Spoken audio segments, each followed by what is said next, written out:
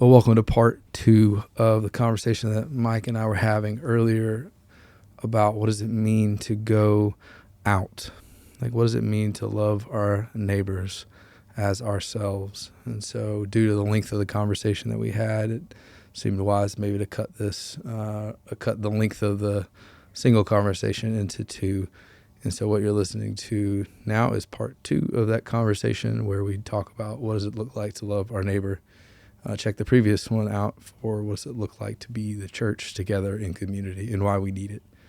And so, as always, hope you enjoy this. If you need anything, if you have any questions, there's a forum, all of that. Let us know and enjoy what's coming. But as we move to part B of this, in many ways, it's how do we grow in community? What are we doing together? There's also this sense of now we've been called also in walking with Jesus. We have been called out, and there's more a multifaceted way of that Jesus in particularly calls us to, and calls us to all sorts of types of people as well. So I mentioned earlier that, or in the first section of the Good Samaritan passage, the Pharisee is just trying to get some sort of affirmation that maybe he just needs to learn to care for the community, his community only, like make sure he's like taking care of them. And yet Jesus actually branches and moves that out to even the places where his community would say, "Ooh, no," right? Like absolutely not. And actually moves us to those who are on the outside of that. And I want to name too that one of the hardest parts as we're walking through the challenges of these things is that, yes, there is a truth that sometimes the church in the best of times do some pretty incredible stuff and really show, like really live out this, they'll know that you're my disciples by the way you love one another. And I guess also it can be implied the way you love your neighbors. And there's a beautiful thing about that, but also naming the fact that sometimes we can look just like the world around us, like I said earlier, and we have to battle and combat against that in an appropriate way. And I think when we're talking about loving our neighbors, we're talking about in all sorts of capacities, all sorts of ways. You look at church history. One of the stats that I saw was that somebody had said that 80% of evangelism and care for neighbor in the early church was done by the layperson, just the everyday Christian on the street, because that was the nature of it. There was no systematic programs for clergy or somebody else to do it, but it was the sense that we, as the church, were doing this work, and that's no different now. It should be no different now than it was then. Mm-hmm. And so loving our neighbors, we can look at it in categories, and we can walk through those. But is there anything you want to tee us up for, Mike, for thinking through what does it look like to go out to love our neighbor before we get to walking through some specific categories? Yeah, just that I don't want to make there is a distinction between pursuing relationships with Christians within the church versus pursuing relationships with people outside the church. There's a distinction there because friendships with Christians are obviously built on a spiritual foundation that isn't there with those who don't share our faith. Yeah.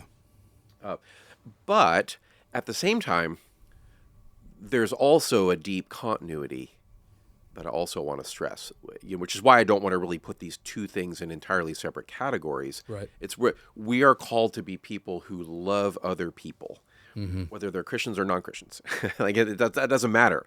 We're called to love neighbor, and that means love the people whom God has brought into our lives. Some of those, if we're Christians, some of those people need to be Christians because we need to be part of the church. But we're called to love neighbor And a lot of the ways that we actually cultivate friendship are going to be the same no matter who we're with. Right.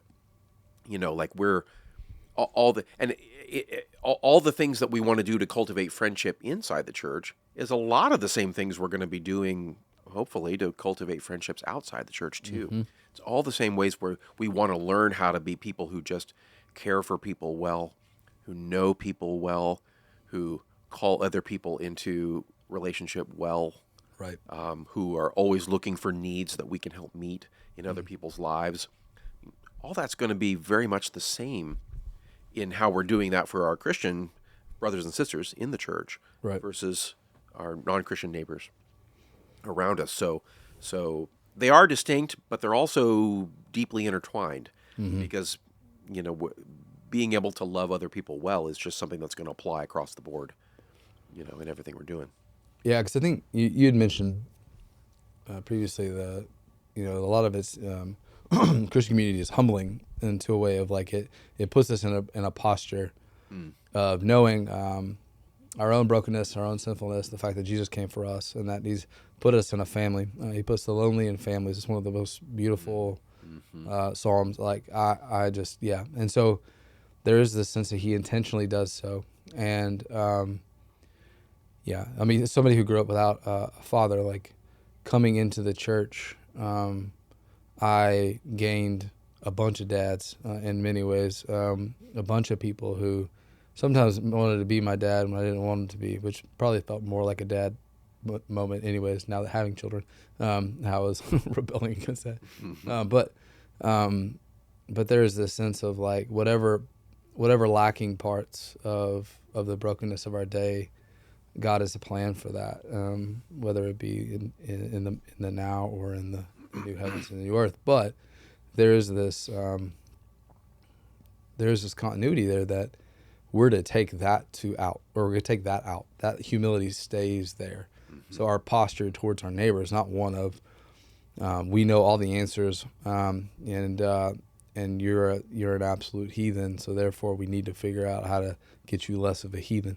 And maybe it'll work kind of stuff, but this is the sense of I've been loved this deeply. Let me tell you and show you why and how, out of like a genuineness approach of that. That's why I love the Dallas Willard had this quote, in I found it in the Scandal of the Kingdom, but I'm sure it's somewhere else. That's a compendium of a lot of his works, but he says this. And then thinking about John 3:16 and 17, he says, "So the world doesn't need another ounce of blame. And so much blaming is just an exercise in self-righteousness. So everyone will know we really know what is right and are on the right track. Sometimes a tender word needs to be said about what they should do. If that's our role, we need to speak in a spirit of helpfulness and firmness, but helpfulness too." And I think for me, as I look to the world we are in, is low-hanging fruit to pick out all the bad things. And as somebody who is like leans more towards a pessimistic bent, right, which is not what I always want to be, but it is kind of what I do. But learning, but it's low-hanging fruit to pick up all the bad things, and it's much harder to see the subtext of the good, like to be able to pursue our neighbors because they are image bearers, and we see their need and their longing for something more. But also naming like some of the qualities, that some of the beautiful qualities that we see in the scriptures about what it means to follow Jesus, just by being image bearers, there is something in them that can still embody that now.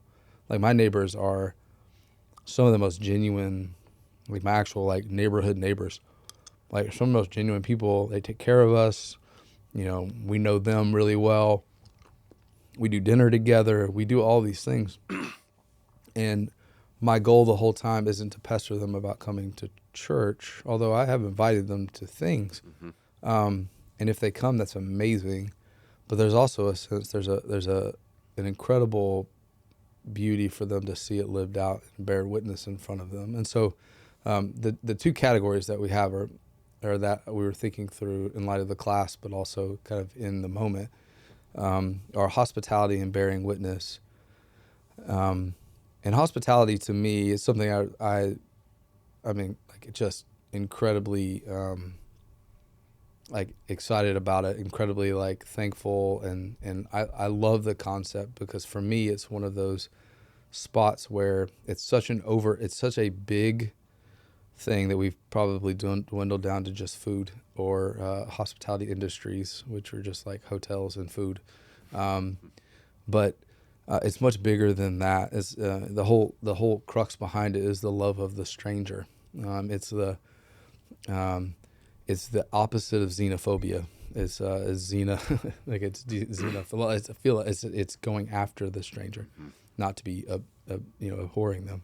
Yeah. And Xenophilia. Xenophilia, yeah. And so there's this sense that we are going for them, which means that we have to be with them, around them, to know what they experience, to see them. And that's why, like, if I ever write a book one day, or at least a blog, maybe actually can sit down and do it.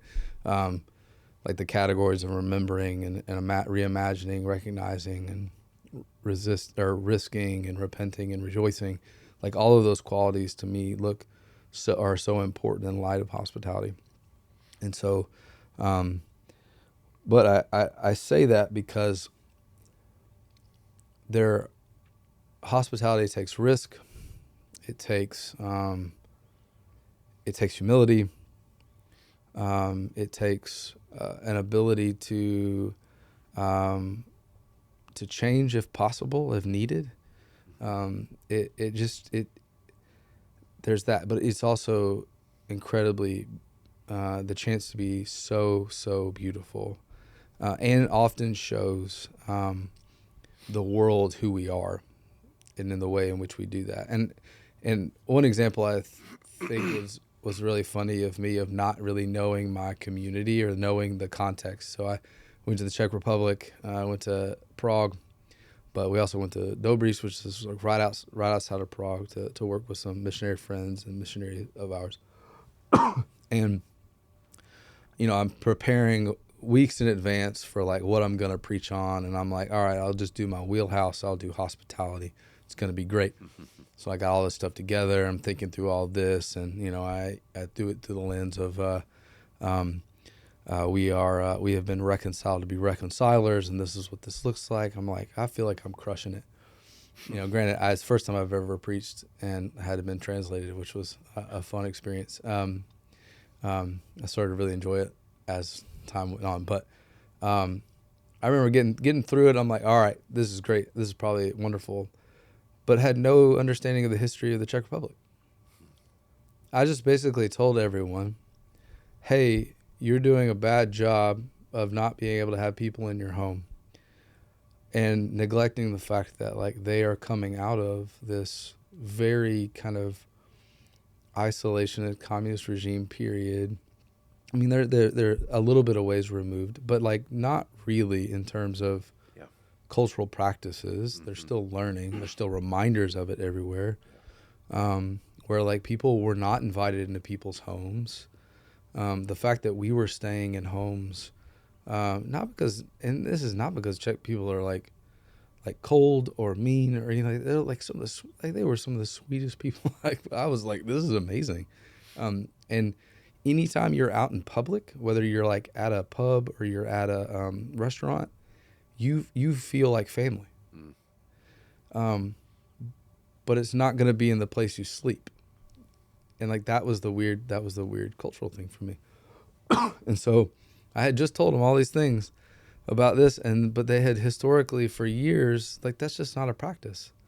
But for me, growing up, I mean, I learned hospitality from my family, who would invite people in, who needed places to stay, we'd have people over for dinner all the time. Our Thanksgivings would be like 50 people there, and we called them strays.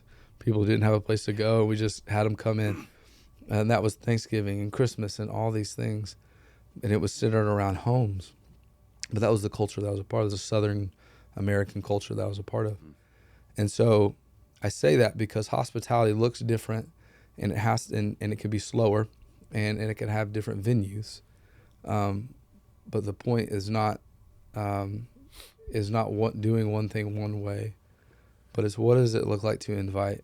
What does it look like to be someone who is offering a space and a place for people, making room for people in your life, whether it be at your table or just in your time, in your day. I can imagine, you can only imagine the moments where you're with somebody and they think you're super busy, and they go, I just didn't the shame you can feel, the guilt you can feel when I would have told you that thing, but I just didn't feel like I feel like you were too busy and you didn't have time. And that makes me feel horrible all the time because I want to make time. And that's one of the commodities that we can't get back. We can't, muster that back up. We can't rewind it. So sometimes time is one of the most important and beautiful hospitable things we can do. Yeah. I'm glad you used that phrase, making room. Yeah. It's one of the best books about hospitality ever. Yeah, man. Christine Pohl's book by that very title, Making Room, is brilliant because I think that really captures the heart of it. It doesn't always have to be around a meal. It doesn't always have to be in a home. Yeah. It's more about just what you're describing, like moments of inviting people in and making room in your life for them to serve them. I mean, this may be like you notice that somebody at work is struggling, and so you just make the time to invite them in to talk about what the problem may be, or just have someone to just vent or get it out, and be able just to name what's hard and where you just listen. I mean, that's a little moment of hospitality. Yeah. That kind of episode. Absolutely. Or like in Jesus's life when he's on his way to heal the daughter, the sick daughter of, I think it was the synagogue official. Jairus, right? Or Yeah, yeah. Jairus? And on the way, this woman with a bleeding issue, touches him. It's like 13 years or something like that. Yeah. 10 plus years of Yeah. not being welcomed into communities. Yeah, being an outcast for all these times, and she musters the courage to approach Jesus and touch him, and he stops for her. Like, that's a hospitality moment in Jesus. Like he stops this urgent mission in order to create space and a moment for to affirm her and heal her and have a moment of being with her. Yeah. That's hospitality. Absolutely. Or even think of, take the times in which Jesus interacted with or responded to the disciples when they were like, what are you doing? We don't have time. Or what are you doing? This type of person, like with children, they're trying to shoo the children away, right? And he goes, no. It's one of the few places it says that Jesus got angry. Yeah. He's like, no. I need you to be like them. Like, I need you to understand this right here, this interaction. Yeah. And so hospitality, hospitality is often to the most vulnerable among us, the ones who are in need, the ones who need stuff. It's individually, it's our lives, like how our families interact hospitably, right? Like homes or churches, like potlucks or whatever it might be, right? Like those kinds of invitations, sure. It can be also systemically, like thinking through and this is where it gets kind of risky in a lot of ways, but the church is controversial in the world not because, or shouldn't be controversial in the world because we have created some thing of violence or something of hatred, but we're controversial because we love even those who hate us. Like that is so controversial and so antithetical to the reality. But Jesus's fact of loving your enemy is an act of hospitality, even though you might not get anything out of it. You might actually get something out of it, whether you thought you did or not. But there's this sense of even Paul speaks in Romans 12, right? Like heaping coals on their head as they're hot-headed about, why are you loving me? Like, I hate you. I'm so mad at you. Why are you doing this? And historically, the church has done that and, made rulers and authorities angry, but also perplexed them to where they're like, wait, maybe we should build some systems or structures to help better or something like that. But it's It's this sense that we are not only hospitable to inviting people into friendships and relationships, but we're also hospitable in seeing the need and the plight of our neighbor. What you said something Keller's three-prong thing earlier. What was that again? Yeah, in terms of how we think about helping people, serving the needs of people, and in that broad sense, doing justice in the Right. world. He's like, there's three levels at which we're called to do that. One is the level of relief at which we're meeting immediate needs. People are hungry, so we give them food. Yeah. They need clothes, so we give them clothes. Like that. That's relief. It's a very immediate need, and we give something tangible to meet it. Second level would be development. Like, how do we develop a community so that it has structures that provide for those needs, in a better way? So it's not just, do I directly give food to hungry people? It's, oh, can I also think about how this community could start a store, could have a grocery store where one doesn't currently exist? That would be development. Yeah. And to provide a structure to meet those needs in an ongoing way. And then reform would be clearing away some of the larger, maybe political or social obstacles to having those needs met.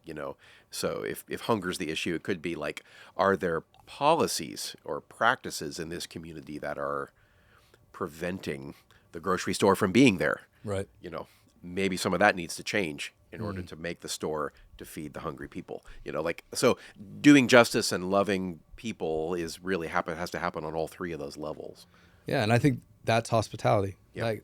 So people might get confused when we're defining this as like, well, now you've taken a term and everything falls under it. And I'm like, that's the point. Is that you can't. At some point we have to understand that if loving the stranger, loving our neighbor, and those who, it really involves a whole lot more than just feeding them. It doesn't not mean that, for sure, as somebody who loves to cook and loves to cook for people. And I mean, I was in the restaurant industry for 10 years, from, bussing tables to, butcher to steak cook to all this stuff, right? And, the moments when you took time for either like staff, or when you took the time for somebody at the table in this, waiting on them in these ways, and like you took the time to really listen, to understand, to all this stuff, like those are those moments where people are super grateful.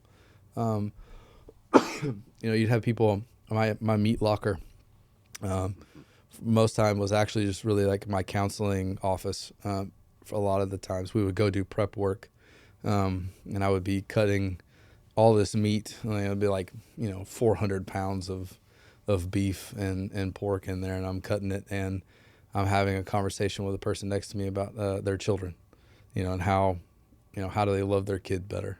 How do they invite their kid into a better relationship? And those people weren't Christians, but they wanted to interact, and we had a relationship that was the case, that we could do that.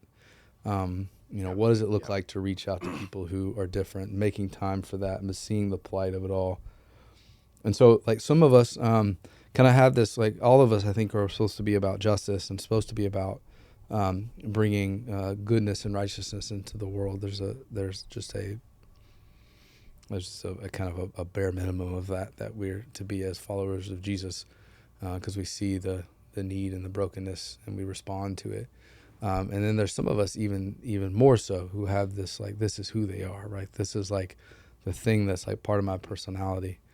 And I would say to both sides of that, where you find yourself leaning into already, the things in which your heart sings for, the places where your heart is broken for, the places where you continue to be thinking time and time again, or the places you just are.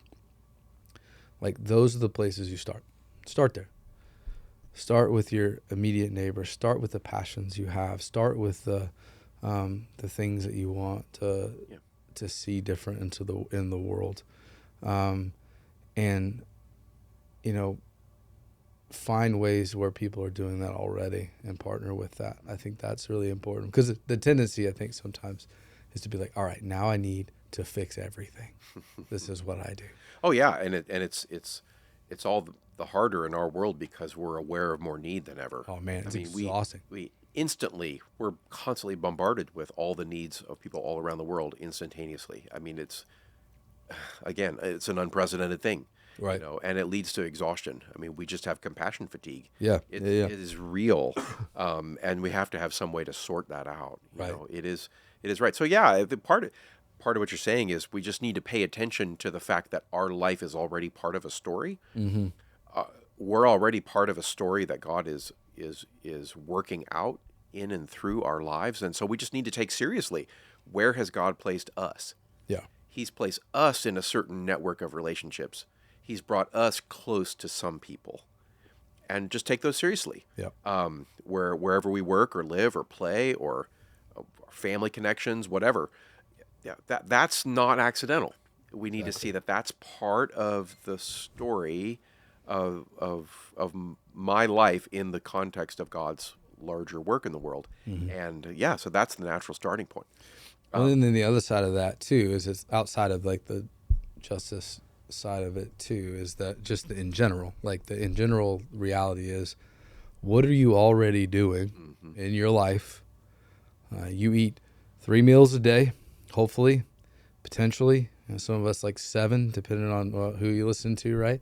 What level of protein, all of that. But like you eat a certain amount of times a day. You gather together certain times. You have a lunch break. You have, I mean, fill in the blank of the things in which you already do, and what can you invite somebody in to do that for and with? Yeah. What are things like? So you're going to the grocery store. You could do that alone, or you could go with your neighbor. Like, hey, would you want to go? You can go into the zoo with the kids. Well, your neighbor has kids. Y'all want to go to the zoo together? You want to come over for dinner? You want to do this? You want to do that? Like, these are the things that, like, what does it look like to invite people, making room and space for people in the life you live now? Not necessarily building, not necessarily, but can sometimes, but not necessarily having to create some other program to do this. I mean, for us, is like, we'll invite our neighbors to our kids' birthdays.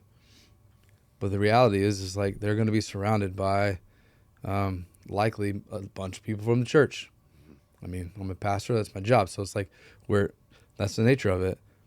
But I like that because they're around, hopefully, people that are genuinely living out their faith and just being human beings around them who are genuinely likable, right? Like, like it doesn't necessarily take some like crazy amount of work to do. You can also have a really dirty home. Like, that's fine. I invite people over all the time, and we have 3 kids who destroy our home. And it doesn't stop us from saying, hey, come over for dinner. Because I'm not perfect, and our house most certainly is not going to look perfect. And so come on over, hang out. Yep. How very unsouthern of you. I know, man. I know. I don't have the southern living situation. It's expensive to be that. They didn't talk about those. To play on a stereotype. Those magazines, man. They didn't talk about how expensive it was. So. Yes, right. I also always don't understand like the doily like why are there things in our lives and decor that like is not used. So like you put something on the middle of the table and it's like there for decoration, and I'm like, yeah, but like I have a 2-year-old who's gonna pick that up and toss it. Like it's not gonna last very long. Maybe I'll get into my decor era of life, but it's most certainly not right now for sure. But in light of the hospitality side, that it's not just doing that. Like there is a sense of the second thing we were talking about is bearing witness. There is a reality that we should share our faith. We should share, Peter talks about, share the hope that is within you. But also couples that with gentleness and respect. And so I love that example that you used of inviting some neighbors who aren't Christians into a social situation where they're just going to rub shoulders with more people. I think that we need to. We often hear the word evangelism or think about sharing our faith or being a witness, or we almost always think of that in a very individual setting. We think of that in a very Yeah. individual way. How do I have a conversation with one other person, that feels pressured and awkward and whatever? Well, no, How do I answer that all of your questions at once and defeat your arguments? totally light and sound cool doing it, but we need to think first in a more helpful way and in a less threatening way. I think is that evangelism, the way we bear witness to who Jesus is and what he's doing is communal. Yeah. There's a communal dimension to it that can be very helpful. We need to think about how do we bear witness as a church community, and we're not all going to necessarily have the same exact roles in that overall process. Some of us are just inviters. Some of us are just really good at drawing other people in, and some of us are like talkers. Some of us really like digging into the details of how do we articulate what the Christian faith is and who Jesus is and what Scripture is and what it means and what are some reasons to support it and all that. Some people really like that stuff. That's not everybody's calling. And some people are just good at making people feel loved. Yeah, some people are just great at the friendship conversations that people need to have, and some people are servers. Some people just are really great at identifying people's needs. Well, all those people need to be working together, inviting people in, serving their needs, forming friendships. And then there is a point at which, of course, conversations do need to happen about who is Jesus. Yeah. At some point, we want to move people. We want to see people enter into conversations about their deepest beliefs and their need to come to faith in Christ. And we want those. But almost always, those conversations directly about Jesus and the gospel happen in a context. They happen in a context where people are learning to feel comfortable and connected to Christian people. Yeah. Very often in our day, and particularly where there's maybe suspicion about what the church is or what it does or what its motives are or whatever, people are going to need some positive experiences of belonging. They're going to need to see that, this isn't a bunch of scary, judgmental people. These are people who are, these are also a bunch of broken people trying to live life well and trying to figure it out. And, the more that we can lower the barriers and the stereotypes and the prejudices by just bringing people into a place where they can meet other people is really important. Absolutely. Yeah. Yeah, I think that's, and that's not, like you said, it's not to discredit or move away from various like evangelism modes, tactics, because those are helpful and give us like ways to articulate our faith, which is important because like people do have questions, but there's also a reason why the testimonies of followers of Jesus have become or are so powerful, because it's the way in which we articulate what that faith has done for me and for you. Like how has Jesus changed me? And I think there's some pressures all the time with testimonies, right? You have people who are like, I never knew a day that I didn't know Jesus, and they're like, so my story is boring, and I'm like, no, actually, let's talk about how great that story is, because you don't want to have to like go through the things that some other people have done to follow Jesus or to find Jesus. But there are stories of like these crazy like conversions of, Jesus brought me out of this and things like that. And so I in the early stages of being a Christian, like people would always want my story, like want me to tell all the nitty-gritty details of da da da da da. And mine's not really that. I mean, in hindsight, you can embellish it, but honestly, it wasn't that crazy. But there was like difficult. It was just life happened, and I think the more that we see that, like that life happens, and Jesus actually enters into those spaces, and he changes people and can change to the point of which when it feels boring or when it feels out of utter chaos, where it's spinning out of control, Jesus goes there too. And there's this sense of like sharing the hope that is within you is not sharing the bright spots only. It's not sharing like, or it's not always oversharing either. But it's, you know, depending on have a conversation with people. But there's this sense of like, you know, your life spoken, finding a way to speak about what God has done, like in word, but also with your life, with what you do, word and deed. Yeah. Is Testimony doesn't always have to be just the story of how I became a Christian or how I moved from not believing to believing. It's also about, like you're saying, like, well, how can we share about what God's doing in our lives right now? right. It didn't just end. Like your story did not end when you came to faith. Yeah. I mean, it's really the beautiful like phrasing of like from death to life. Well, now we got to talk about life. Talk about the dead things. Now we got to talk about what life is being breathed in. Well, how have I grown since? I mean, how if I was to sit down and tell you how I've grown since I became a Christian, this podcast would be a very long one. Even though it's already they always get long, but it would be hours upon hours of like, yeah, this is what I learned in 2012, and this is what I learned in 2003. Like, there's this sense that if Jesus has come to give us life and life abundantly, what does that abundant life look like now? Yeah.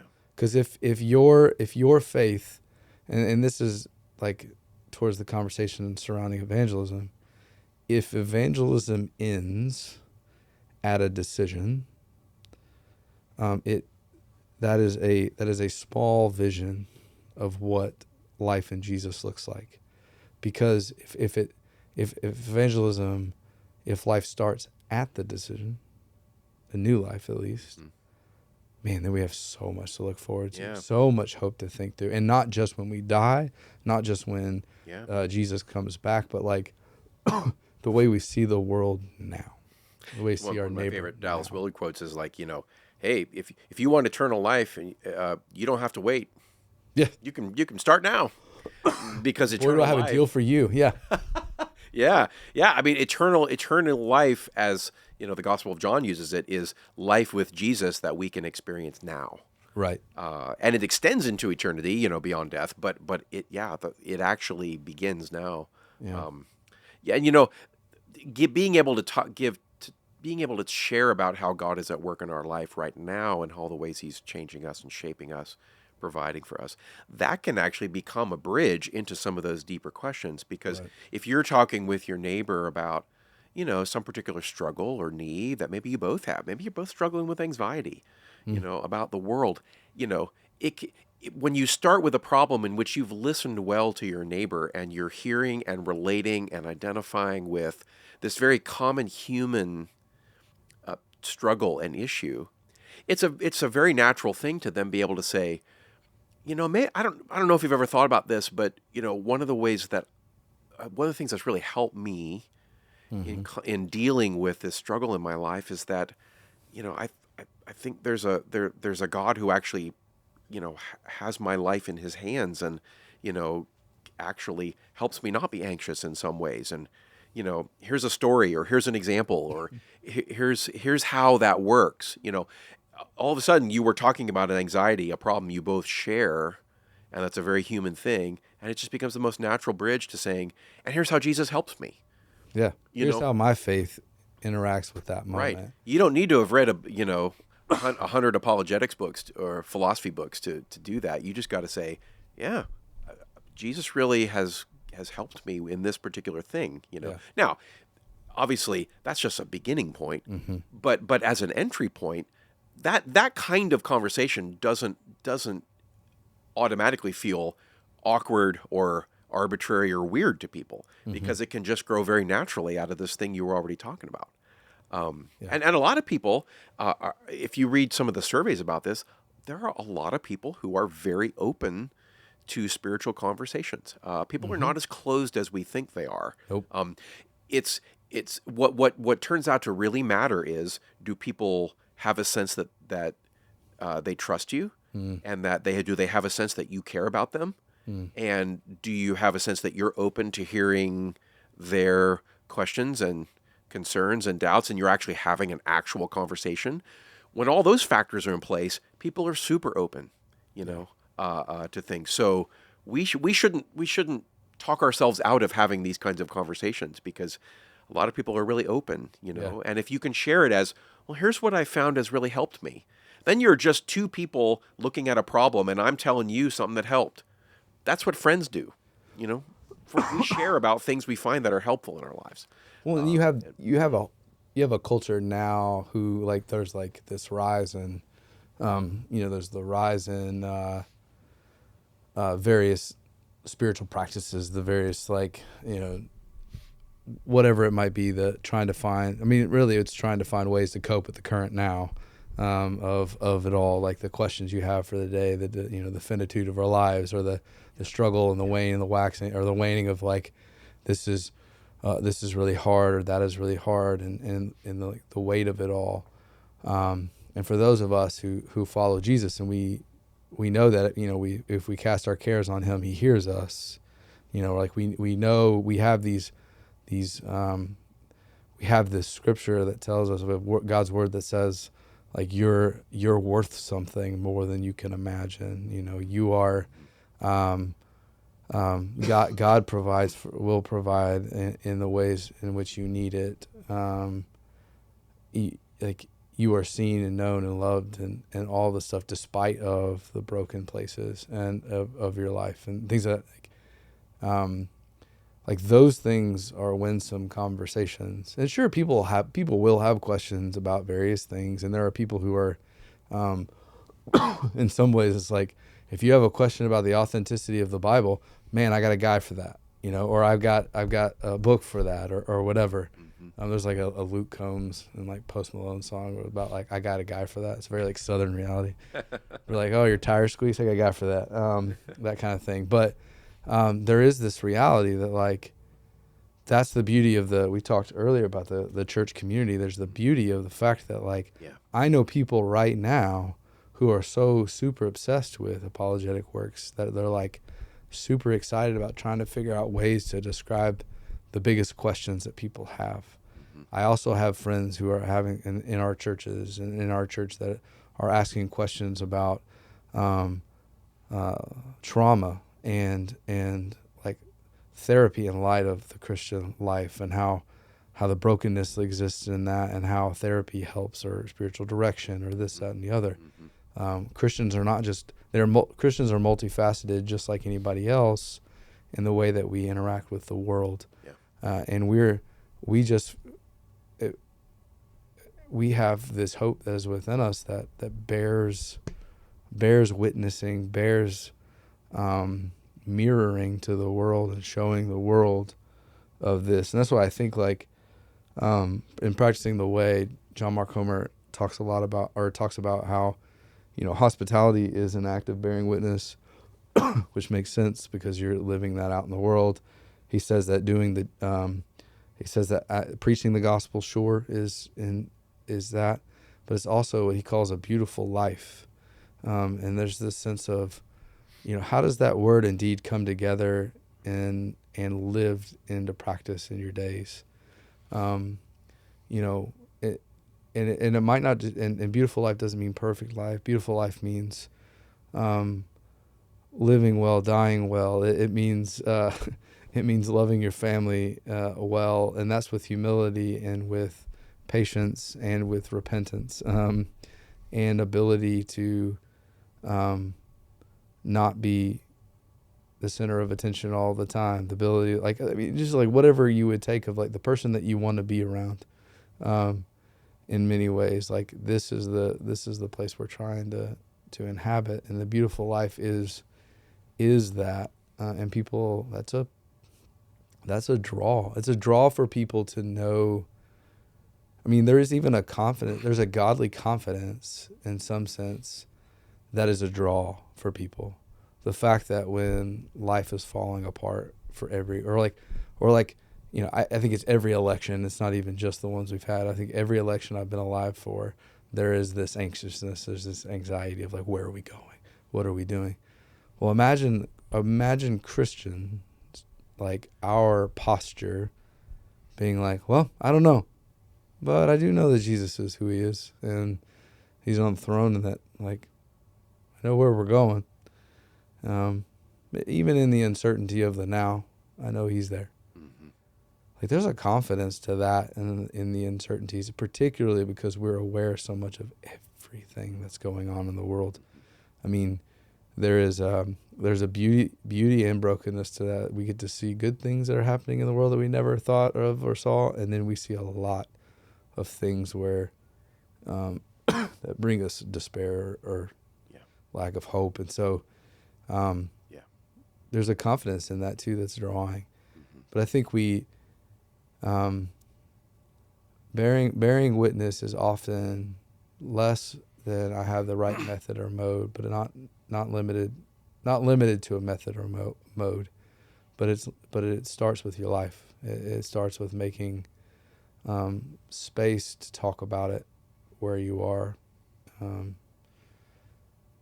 yeah, that's beautiful. Mm-hmm. You know it. In what is it? Surprise the World. I think he talks about. He also has a book called Keep Christianity Weird, which is pretty amazing. But I love the title. It's a winsome title to me. But he talks about living questionable lives, meaning like lives that people ask questions about. What do we do and how do we live? Do we look just like everyone else, act just like everyone else, or do we make decisions a little bit differently? Do we think about things differently? Do we love people differently? Mm-hmm. The types of people. Yeah. That's bearing witness to the world. Yeah. Who genuinely needs to see it. Yeah. That sounds like a good way to kind of sum up everything we're saying. Is like the church is a community that's called together by God in order to live a beautiful life together. Yeah. Like, and beautiful in the fullest, richest sense of that word.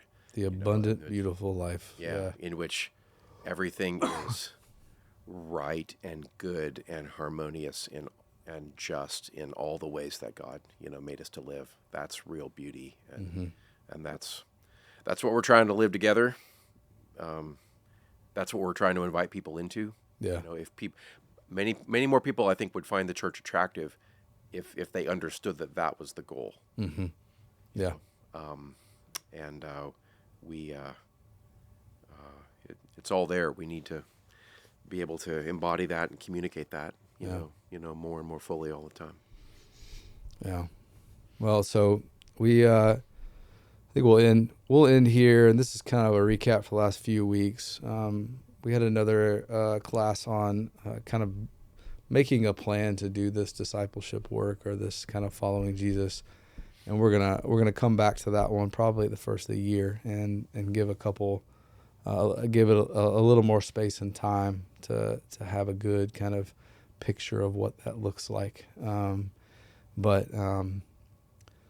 This series this is the last of the series on the conversation of what does it mean to be a whole discipleship, whole disciple, and integrated and all of that. And if you have any questions, again, the form is live. Feel free to ask questions, and we can probably get you offline for that. But any times that this has sparked conversation or where you want to learn more, do more, act more in this way or that way, again, just reach out.